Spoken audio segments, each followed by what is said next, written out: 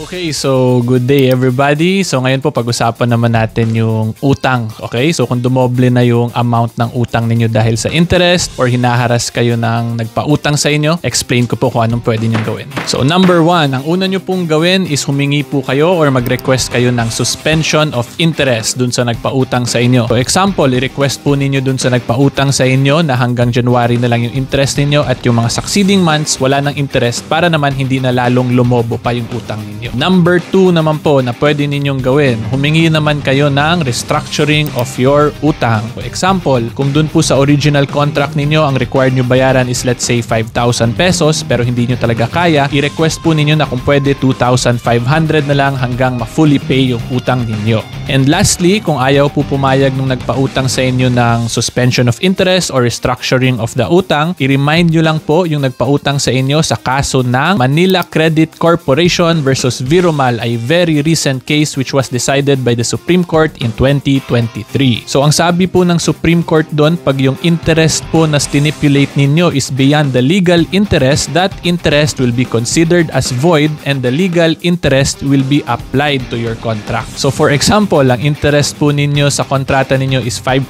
per month or 60% a year. Yan po ay contrary to law and public policy because our legal interest is only 6%. So sa ganyong situation po, madedeclared as void po yung 60% per year na interest ninyo at ang i-apply ng korte is the 6% per year na legal interest. So wag po sana ninyo kalimutan i-like and share yung video and follow for more legal videos like this. Thank you po. God bless. Bye-bye.